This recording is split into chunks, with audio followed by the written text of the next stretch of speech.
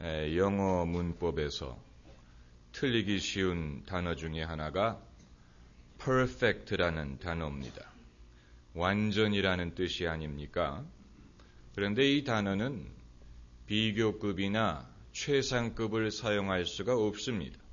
more perfect, most perfect 이런 식으로 말하게 되면 그건 문법에서 틀리는 것입니다. 왜냐하면 완전한 것은 이미 완전한 것인데 거기에 어떻게 비교급을 넣어서 더 완전하다 이렇게 말을 할 수가 있겠습니까? 완전한 것은 완전한 것이지요. 그러나 어차피 이 세상에서 완전한 것은 우리가 경험하지 못합니다. 완전이라는 것은 개념으로 철학적인 기준으로 존재하는 것뿐입니다. 마치 수학의 무한대와도 비슷합니다. 우리는 무한대가 얼마인지를 알지 못합니다. 만약에 우리가 그걸 알 수 있다면 그건 무한대가 아닐 것입니다. 무한대가 얼마인지는 알 수 없지만 수학적인 공식으로는 그거를 표현할 수가 있습니다. 이 신기한 일이지요. 얼마인지 모르는 숫자를 수학적인 공식으로 표현할 수 있다는 것 자체가 신비한 것인데 여러분 완벽한 얼굴이 세상에 존재합니까? 아마 연예인들의 얼굴이 완벽하지 않을까? 그럼 그들은 왜 끊임없이 얼굴을 뜯어 고칩니까? 완벽을 향해서 나아가는 것입니다. 또 완벽한 사랑, 우리는 사랑을 받고 사랑을 주면서 살지만 완벽한 사랑이라는 것은 존재하지 않습니다. 아마도 우리가 사랑에 늘 목말라 하는 이유는 완벽하지 않기 때문에 그런지도 몰라요. 부모가 돼본 사람은 압니다. 부모님의 사랑은 가장 완벽에 근접한 사랑일 것입니다마는 부모가 돼보니까 부모가 틀릴 때도 있고 부모가 이기적일 때가 있고 부모도 자식에게 짜증을 낼 때가 있는 것입니다. 부모의 사랑도 완전한 것이 아닙니다. 또 완벽한 배우자는 없습니다. 미혼 남녀는 그 사실을 깨달아야 됩니다. 만일 여러분이 아직도 완벽한 배우자가 나타날 것을 기대하고 계시다면 하루빨리 꿈 깨시는 게 좋습니다. 완벽한 사람이 할 일이 없이 나에게 장가를 오겠습니까? 시집을 오겠습니까? 완벽한 사람은 혼자 살지요. 완벽하지 못하니까 짝이 필요한 것입니다. 그리고 하나님이 짝지어 주신다는 것을 믿는 사람도 하나님이 짝지어 주셨으니까 완벽할 것이다. 천만의 말씀. 그러면 나는 영원히 결혼할 소망이 없게요? 하나님이 짝지어 주셨다는 얘기는 완벽하지 못하기 때문에 서로 돕고 살라는 뜻입니다. 돕고 살기 위해서 짝지어 준 것입니다. 이 세상에 완벽한 직업이 없고 완벽한 정치도 없고 완벽한 교회도 없습니다. 설사 여러분이 완벽한 교회를 찾았다고 할지라도 그 교회를 출석하는 순간에 불완전해집니다. 인간이 완전하지 못하기 때문에 세상에는 완벽함이라는 것을 우리가 볼 수가 없습니다. 아마 여러분 중에는 이렇게 생각하는 분이 계실 것입니다. 목사님, 그러니까 인간은 불완전하고 하나님은 완벽하시다. 이 얘기를 하려고 하시는 거지요? 비슷한데 반만 맞췄습니다. 제가 말씀드리고자 하는 것은 사람이 갖고 있는 모든 것이 흠이 있고 허물이 있는데 어떻게 우리가 하나님의 완벽함을 전달하고 말할 수 있겠느냐 하는 것입니다. 다시 말하면 설교도 사람이 하는 것이고 교회도 사람들이 모이는 것이고 또 찬양도 사람이 하는 것인데 하나님의 진리든 하나님의 은혜든 이것을 사람이 전달하는 과정에서 왜곡되고 또 흠이 나지 않겠느냐. 그건 맞는 지적입니다. 맞는 지적입니다. 제가 염려하는 것 중에 하나가 바로 그것입니다. 저의 실수로 인해서 하나님의 은혜를 성도님들이 경험하는데 걸림돌이 되지 않을까. 또 부모로서 제가 염려하는 것도 그겁니다. 저의 아버지로서의 저의 흠 때문에 저희 아이가 하나님을 경험하는 것을 가로막지 않을까. 이건 우리 모두가 염려하는 것입니다. 그러나 이것이 기우에 불과한 이유는 사람은 이 세상에서 반드시 완벽함을 요구하는 것은 아니기 때문에 그렇습니다. 사람은 완벽한 배우자를 기대하지 않고 완벽한 것을 우리가 요구하는 것은 아닙니다. 다만 좀 더 나은 것을 기대하는 것뿐입니다.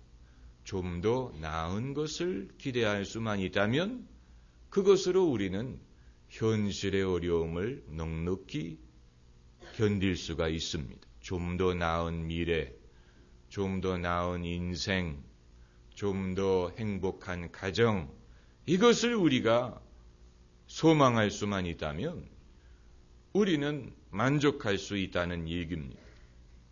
자녀를 키우는 분들, 자녀가 완벽한 학생이 되기를 바라십니까? 그래서 뭐가 될 텐데, 여러분 아무리 자녀가 공부를 잘해도 그래서 뭐가 되겠습니까? 교수님 되겠습니까? 박사님이 되겠습니까? 공부를 아무리 잘한다고 해서 그것 자체가 인생의 목적은 아닙니다. 공부를 잘하는 것이 중요하지만 그것 자체가 인생의 목적은 아니에요. 돈을 많이 버는 것 중요하지만 그것 자체가 인생의 목적은 아닙니다. 그러면 자녀가 어떻게 되는 것이 부모에게 흡족하겠습니까? 부모도 그것을 모릅니다. 그걸 모릅니다. 그러나 본인이 행복할 수 있고 사람들에게 인정받고 존경받을 수 있고 부모에게 흡족할 수 있다면 그것으로 족하지 않겠느냐. 그건 어떤 철학적인 목적이지 어떤 구체적인 무엇을 이루어야만 성취되는 것은 아닙니다. 1억 원을 벌면 성공한 것이냐? 그렇게 말할 수 없습니다. 복권에 당첨되면 성공한 것이냐? 그렇게 말할 수 없습니다. 인생의 목적은 수치로 말할 수 있는 것이 아니고 어떤 구체적인 예를 들어서 말할 수 있는 것이 아니고 이것은 철학적인 하나의 우리가 지향하는 그런 방향을 말하는 것이지 여기까지 도착하면 행복한 것이다. 그렇게 말할 수 없는 것입니다. 인생은 우리가 완벽함을 말할 수 없는 것처럼 다만 그것을 향해서 나아가는 것이지요. 또 여러분의 자녀가 부모가 완벽할 것을 기대할 것 같습니까? 자녀들은 그렇게 어수룩하지 않습니다. 자녀들은 다 압니다. 좋든 싫든 우리 부모님은 두 분밖에 없다는 사실. 좋든 싫든 내 부모님은 내 부모님이 아무리 세상에 좋은 아빠 엄마가 많아도 우리 부모님을 대신해 줄 수는 없는 것입니다. 그렇기 때문에 좀 더 나은 가정생활을 기대할 수만 있다면 자녀들도 만족할 수 있는 것입니다. 하나님에 대해서도 마찬가지입니다. 우리가 하나님을 믿어서 우리 삶이 완벽해지기를 기대하는 사람은 아마 없을 것입니다. 우리가 기도도 하고 또 믿음을 갖고 그렇지만 그렇다고 예수 믿은 이후에 우리의 삶이 완벽해지기를 기대하지는 않습니다. 만약에 그렇다면 못하러 우리가 주일마다 교회 와서 참회 기도를 합니까? 우리가 분명히 예수님을 믿고 구원받았는데, 거듭났는데 왜 여전히 참회 기도를 드립니까? 예수 믿은 다음에도 죄를 짓기 때문에 그런 것이 아닙니까? 죄 사함 받은 다음에도 죄를 짓기 때문에 우리가 주일마다 예배드리기 위해서 모였을 때 참회 기도부터 드리지 않습니까? 그것이 우리에게 보여주는 것은 내가 예수님을 믿은 다음에 완벽하게 아직 변하지 않았다는 것을 보여주는 것이고, 여전히 나에게는 흠이 있고 천국 가는 날까지는 넘어질 수 있는 가능성을 인정하는 것입니다. 다만 우리가 죄를 지었다고 낙심한다든가 하나님이 나를 버렸다고 낙심하는 것이 아니고, 주님의 은혜가 우리에게 족하다는 사실을 믿기 때문에 내 허물과 흠이 많지만 주님의 은혜가 더 많다는 것을 믿는 것입니다. 할렐루야. 그게 믿음이, 내 허물, 나의 문제, 이것을 부인하지 않아요. 인정합니다. 남들이 아는 것보다도 내 문제가 더 많다는 사실을 인정합니다. 그러나 하나님의 은혜가 더 크다는 사실을 믿는 것입니다. 하나님의 은혜가 더 커요. 하나님의 사랑이 더 크기 때문에 내 모든 허물을 덮어주시고도 남는다는 것을 우리가 믿습니다. 그게 바로 하나님의 은혜가 족하다라는 믿음의 고백입니다. 오늘 본문의 이 목자들, 사실 성탄절에 인용할 수 있는 성경 구절이 몇 개 안 됩니다. 모두 4개의 복음서 중에서 예수님의 탄생을 기록한 책은 마태복음과 누가복음밖에 없어요. 마가복음과 요한복음은 아예 예수님의 탄생을 언급하지도 않습니다. 그러면서도 그들은 기독교가 성립될 수 있다고 믿었습니다. 예수님에 대한 탄생을 언급하지 않고도 기독교 신앙이 성립될 수 있다고 그들은 믿었습니다. 그게 우리에게 시사하는 바가 많지요. 그래서 성탄에 대한 성경 구절이 얼마 안 되다 보니까 우리가 성탄절마다 듣는 얘기는 늘 그 사람입니다. 동방박사가 좀 많았으면 좋았을 텐데 그것도 3사람밖에 안 되니까 늘 출연하는 배우가 똑같아요. 그리고 저들밖에 목자들, 그리고 그 이외에는 등장하는 인물이 마리아, 요셉, 아기 예수밖에 없습니다. 그것은 무엇을 보여주느냐 하면은 예수님이 태어나셨을 때 그것을 알고 기뻐한 사람들이 소수에 불과했다는 것을 보여줍니다. 하나님의 아들 예수님도 그 시작은 초라하게 시작했습니다. 그게 하나님이 역사하시는 방법입니다. 하나님은 일부러 어떤 화려하고 당신의 영광을 과시하거나 이런 분이 아닙니다. 모세가 하나님의 부름을 받고 애굽에 내려갈 때 그가 무슨 군대와 신하들을 거느리고 행차를 한 게 아니고 지팡이 하나 들고 내려갔습니다. 하나님이 보낸 사람인데, 하나님의 권능으로 내려간 사람인데 지팡이 하나 들고 내려갔습니다. 하나님은 그런 식으로 역사하는 분입니다. 그것으로 좋겠습니다. 그 지팡이로 홍해를 가르고 그 지팡이로 반석에서 물이 나게 하셨습니다. 하나님은 화려한 방법을 선호하시지 않습니다. 만약에 여러분이 화려하고 또 많고 또 이런 데서 하나님의 역사를 발견하려고 하신다면 실망하실 것입니다. 하나님은 그런 식으로 당신의 능력을 과시하려는 분이 아니기 때문에, 그래서 이제 이 목자들이 밤에 양을 치는데 순간적으로 일순간적으로 하늘의 문이 열리면서 천국의 모습을 보는 장면이 오늘 본문에 나옵니다. 순간적으로 하늘이 열리는데 그 속을 들여다봤더니 천군과 천사들이 하나님을 찬양하고 있었다고 했습니다. 그게 오늘 본문에 나타나는 사건입니다. 호련히 허다한 천군이 그 천사와 함께 있어 하나님을 찬송하여 가로되 지극히 높은 곳에서는 하나님께 영광이요 땅에서는 기뻐하심을 입은 사람들 중에 평화로다 하니라. 그러니까 왜 성탄절뿐만이 아니고 예수 믿는 사람들은 모이기만 하면 찬송가를 부르느냐? 천국에서 벌어지고 있는 일이 바로 찬양이기 때문에 그렇습니다. 천국에서 천사들이 하나님을 찬양합니다.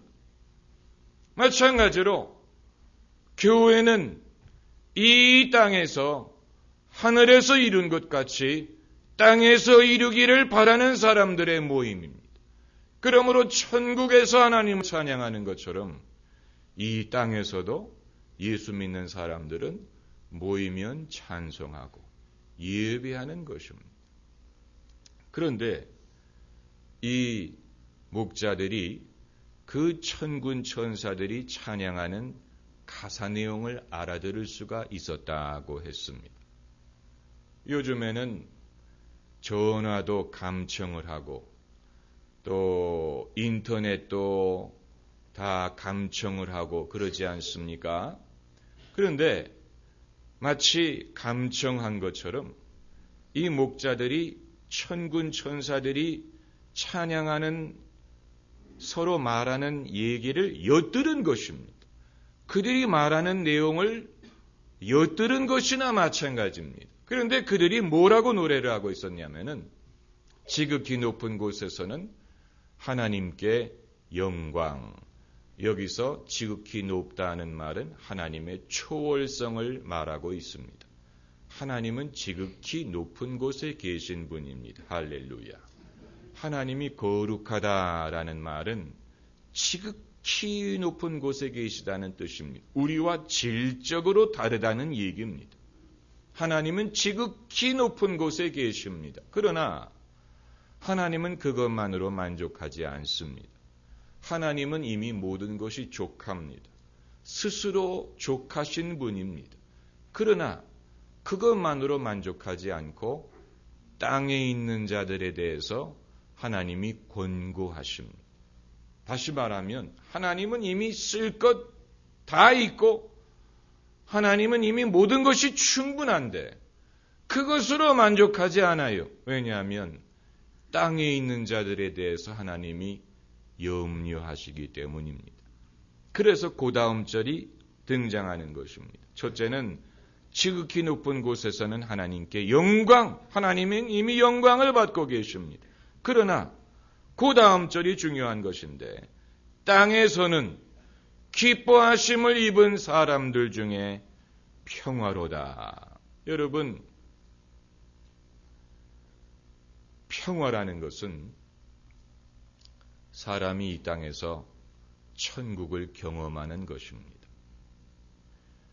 평화가 교회를 처음 나와본 분들이 교회를 나가니까 마음이 편하다.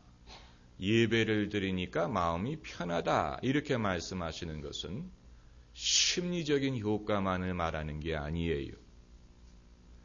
만약에 여러분이 느끼는 평화가 심리적인 효과에 불과하다면 다른 곳에 가서도 평화를 느껴야 됩니다.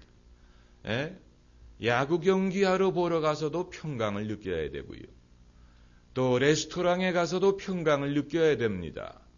그러나 그런 데서는 느낄 수 없는 평강을 교회에서 우리가 경험을 합니다. 그것은 심리적인 효과가 아니에요. 우연한 일이 아닙니다. 이 세상에서 우리가 평강을 느끼는 순간은 얼마 되지 않습니다. 늘 염려하면서 살고요. 늘 남 시샘하면서 살고 남과 비교하고 또 서로 다투고 우리의 마음에 평강을 느낀 데가 얼마 되지 않습니다. 그렇기 때문에 사람이 기도할 때, 예배 드릴 때 조금이나마 마음의 평강을 경험하는 것은 그건 하나님이 주시는 선물입니다. 이 목자들이